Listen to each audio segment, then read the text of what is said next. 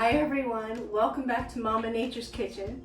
Today we're going to make deep fried macaroni and cheese balls. And I know this sounds like something I probably came up with during the pandemic, during lockdown, but I actually started doing this back when we lived in the jungle, when we were in Belize. It was something fun to do when, you have nothing else to do.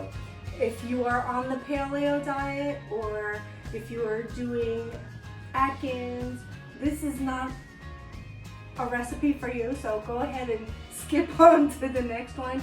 But if you love ooey gooey, cheesy, savory, and deep fried, then stay with me because this is going to be fun. Mama Nature here.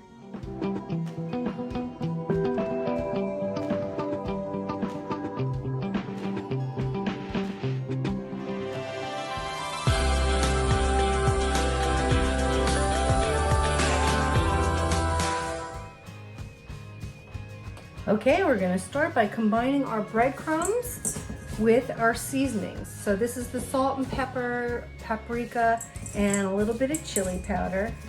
And as you do this, you can create your own mix. You might just want to use seasoned salt, but this actually has a half a teaspoon of sugar too. But click below, that's where you're going to find the link to the actual recipe. So here's our blend of seasonings. This is our breading. You already made the macaroni and cheese. That recipe is also linked below.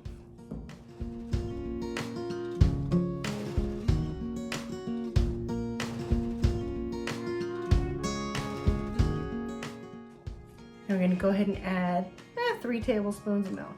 There we go. Now we're going to give that a quick mix. It's all in the wrist.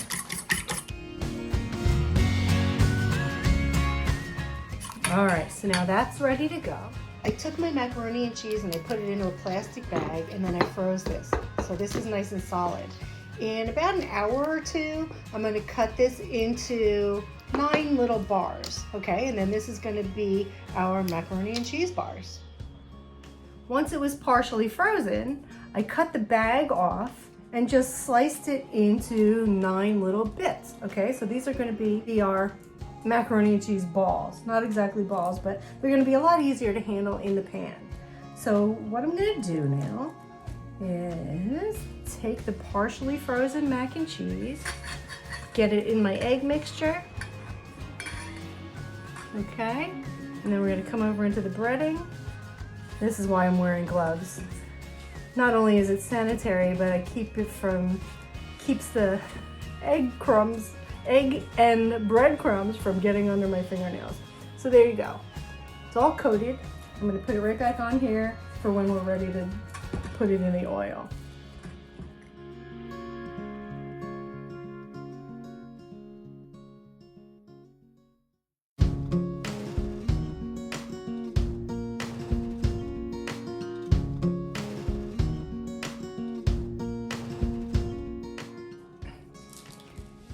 So now they're all breaded and ready to go, and I just put them right back on that wax paper on top of my cutting board. I'm going to wrap that back up again, just tossing that edge over, and I'm going to put this back into the freezer until my oil is back up to temperature. I'm going to be deep frying these in an old Dutch oven. Now everybody's got one of these hanging around underneath the sink maybe, or someplace. It's just, burnt up, scarred up, and you really won't mourn it if it gets wrecked. So if you have one of these, it's best because you only need to put a few inches of oil. Like there's only this much oil in this pan, so that makes it perfect for this job.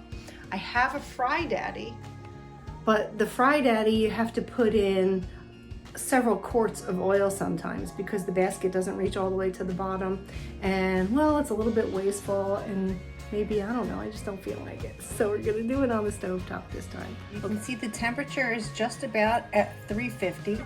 So I'm gonna start putting our frozen macaroni and cheese balls in the grease.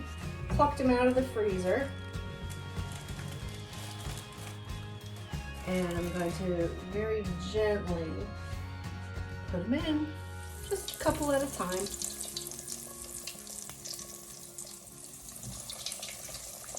I think we'll start with 3. We'll do 3 at a time.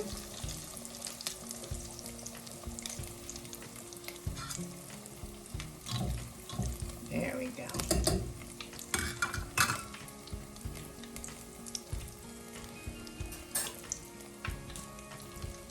I've got one of these fun spatulas. I guess they use these for wontons and whatnot. This is going to be just perfect here. Make sure they're not sticking to the bottom.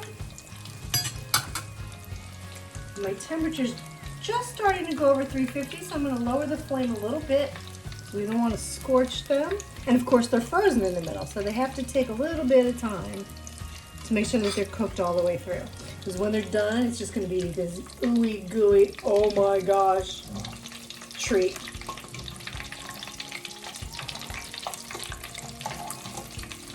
Look at that.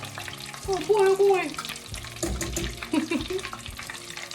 Now you can use lard along with your peanut oil, or even Wesson oil if that's all you have. But Wesson oil is sticky, and of course it's not the healthiest choice. Lard, believe it or not, is healthier than any kind of vegetable or corn oil.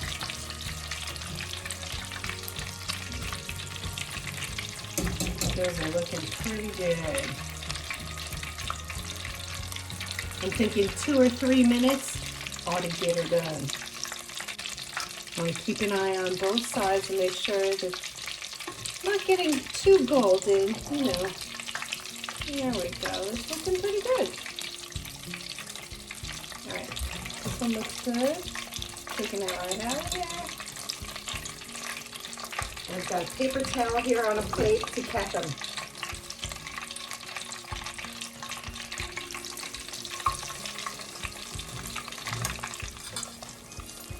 And you notice I'm splashing some of the oil over the top of the dried breading, just because there probably should be another, I don't know, 1/4 inch of oil in there. But I want them to cook evenly, and that's the best way to get that done. My flame is just right. I'm still at about 350. And when you're using a thermometer like this, you want to make sure that it doesn't touch the bottom of the pan, because then you're getting the reading of the metal and not the oil. And this is just a candy / fry thermometer. And I picked it up at my local supermarket.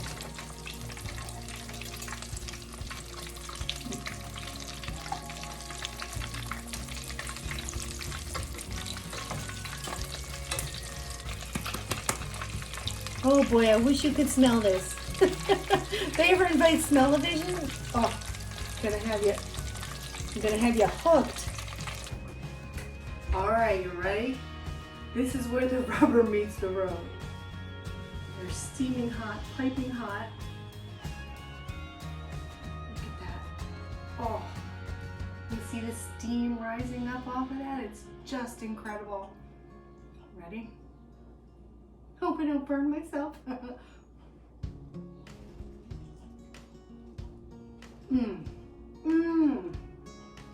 Oh, yum. Oh, they're perfect, just like that. I was thinking about what kind of dipping sauce you might want to use with them, but they're really good just like that. They're seasoned beautifully.